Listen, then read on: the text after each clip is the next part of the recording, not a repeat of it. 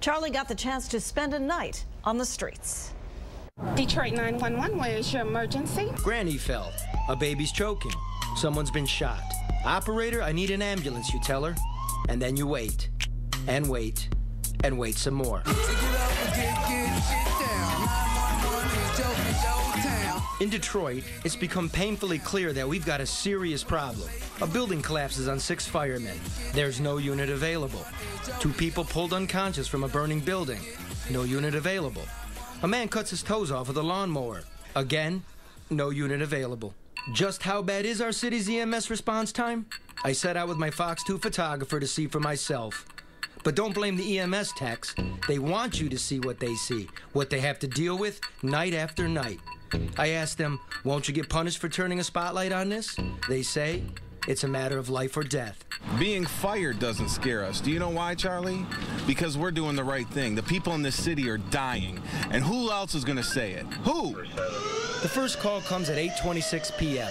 A 102-year-old grandmother suffering from dementia has fallen in the street. Medicaid is dispatched from Midtown. The city requires an 8-minute response time, but this run takes more than twice that. Medicaid, your status, Medicaid, location. Medicaid, we're still on Roswell Run. We're on southbound 75 coming up to Shade for here in a bit. Hey, tough scene. Sheila Neely is the woman's neighbor. She could have busted her head and died or something. For them to come that late, I mean, I broke my elbow, but my son drove me to the hospital. Why'd he drive you? Why didn't you wait for the ambulance? Because I knew they weren't going to come on time. So where have they gone? Over the last 5 years, the EMS budget has been cut by $2 million. But in that same time, they've cut the salaries for paramedics by more than $11 million. So where's that money gone?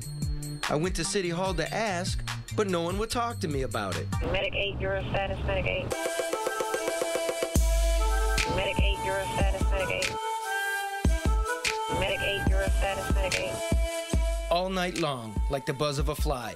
Medicaid, where are you? They have no GPS, no computer, no maps on board. To navigate their way around, it's all from memory. Well, we're going to have to take casts because if we go down Woodward... And while the state doesn't require ambulances to have GPSs, they're less than $200 at Best Buy. When you call 911, your emergency call first goes to 911 dispatch. Then it's routed to fire dispatch. And then it's dispatched to the ambulance. More precious minutes wasted. A woman is convulsing at a McDonald's, but it's across town at Fenkel in Wyoming. How long the call's already been holding is anybody's guess. When we finally arrive, there's nobody here. Hey, we're on the scene. You said this was at the McDonald's, right?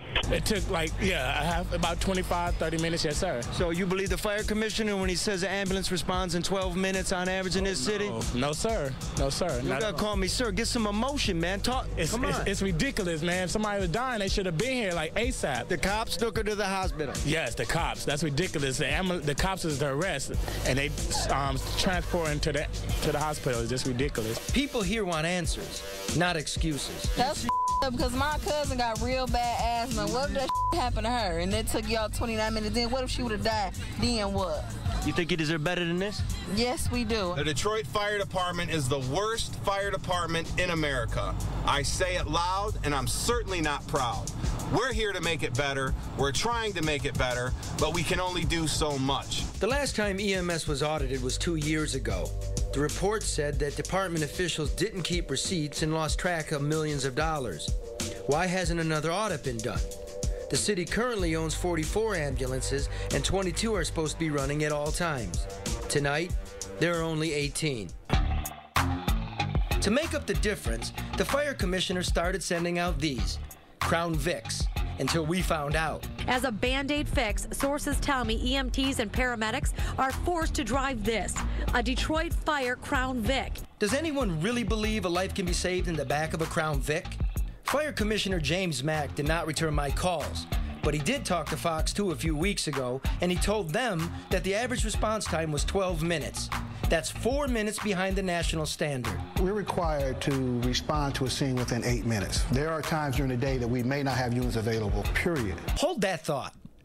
No units available, period. Detroit, how do you feel about that? It's taking forever for them to get here now. We need you. People are dying. There's no unit available. Somebody can get shot and get killed, and somebody dies because no help. Where the money at? We told you the last time EMS went through a financial audit was 2 years ago. But the last time EMS was audited for response times was a full 6 years ago. The average response time back then? 12 minutes. And that was before massive layoffs and cutbacks. So how is it possible that we have the same response time now when we have fewer paramedics and fewer trucks on the streets? Maybe it was those Crown Vics. The paramedic who told Fox 2 about those Crown Vics ran into his supervisors when we were out tailing him. Did they tell him good job? Nope.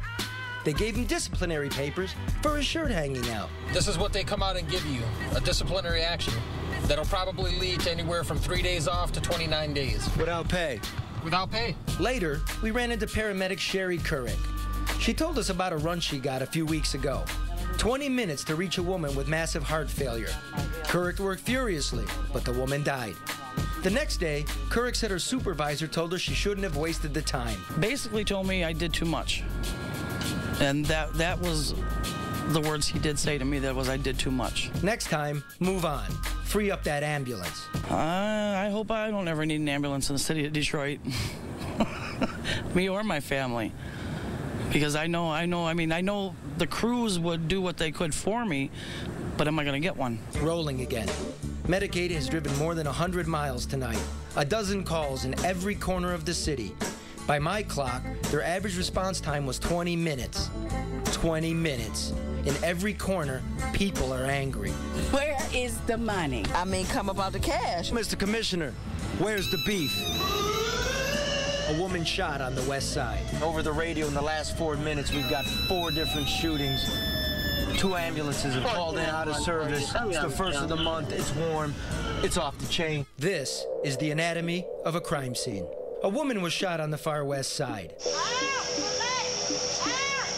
The call to 911 came at 3:35. The police responded to the scene at 3:40.